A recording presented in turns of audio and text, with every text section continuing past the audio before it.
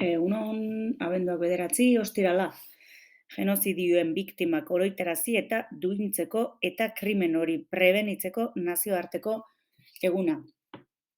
Gaurko egunez, duela 35 urte, 1987ko abenduaren 9an, lehen intifada hasi zen Palestinan. Bezperan, israeldarrek Jabaliako errefuxiatu gunean 4 palestinar hil zituztela eta Gazan erresistentzia zibil armagabea abiatu zuten.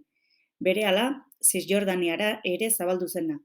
Tankei harriak botatzen zizkieten gazteen iruditik harago herri oso batek antolatutako desobedientzia ariketa izan zen, eta eguneroko bizitzaren antolaketa kolektiboa praktikatu zuten. 6 urtez luzatu zen eta mezu nagusi bat zabaldu zion munduari. Palestinarrek ez dute Israelen okupazioa onartzen.